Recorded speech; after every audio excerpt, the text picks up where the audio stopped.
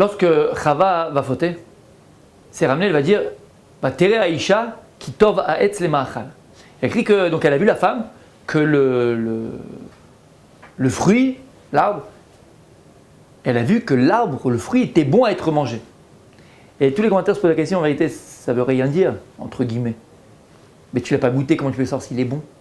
Et là, elle a affirmé, elle a vu que le fruit était bon à être mangé. Mais peut-être qu'il est amer, peut-être qu'il y a des vers dedans, peut-être qu'il n'est pas bon. Anila, comment tu peux dire qu'il est bon si tu n'as pas goûté? Sur ça, explique les Chachamim, entre autres Rav Dessler. La Torah vient t'apprendre le corps du Yetzer Hara, la force du Yetzer Hara, sur quoi le Yetzer Hara il tape, comment il t'attaque, comment il t'embrouille l'esprit. Il dit le Rav Dessler que le Yetzer Hara, c'est le Koach Hadimayon, c'est la force de l'imagination. C'est-à-dire que pour te faire fauter, il va t'imaginer, il y a un Hollywood qui va se passer dans ta tête. Tu as un film qui va se passer dans ta tête. Comment tu peux savoir s'il est bon ou il n'est pas bon? Yetzer Hara, elle s'est imaginée tellement qu'elle s'est mise dans le mouvement du... qu'elle s'est dit, il est bon, mais qui t'as pas goûté? Comment tu peux t'exprimer de cette sorte-là? Pareil, le Yetzer Hara, c'est Koach Hadimayon. Elle s'est imaginée qu'il était bon, sans avoir goûté. Et c'est pareil pour toutes les Avérotes. Le Yetzer Hara, il va te faire imaginer. Il va te faire imaginer la Avéra. Comme quoi c'est extraordinaire, comme quoi c'est bon, comme quoi c'est pour toi, comme quoi tu vas voir, tu vas t'éclater, ça va être super. Aval, c'est un Dimayon. C'est l'imagination. Et par définition, c'est quoi l'imagination? L'imagination, c'est quelque chose qui n'existe pas, encore en tout cas. C'est ça qui dit Rav Dessler que le Ra, le Yetzer Hara, c'est le Sheker, c'est le mensonge.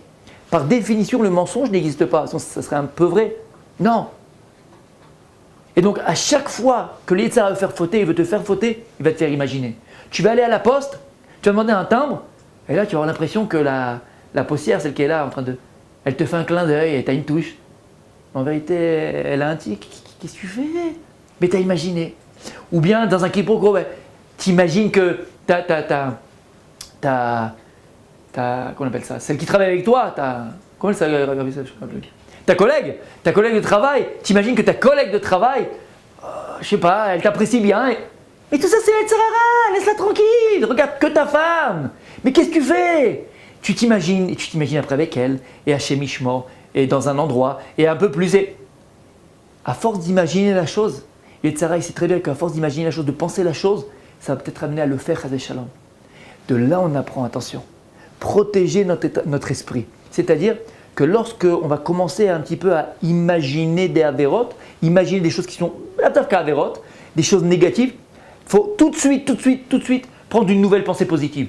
Tout de suite enlever de notre esprit cette imagination. Pourquoi? Parce que ça commence d'abord par le virtuel, par l'imagination, et Chaz Shalom, ça peut amener à l'acte, exactement comme Chava. Chava, elle a pensé que c'était bon, mais tu n'as pas goûté. Ouais, elle est rentrée dans le moule. Et après, elle l'a mangé. Chaz Shalom. Alors ne pas tomber dans ça, ne pas tomber dans l'imagination du Yetzer Hara et du Satan. Au contraire, protéger notre esprit, avoir des pensées positives, et comme je l'ai dit, dès qu'une pensée négative, imagination du Yetzer Hara qui vient et qui pénètre la personne, la chasser directement. Au revoir.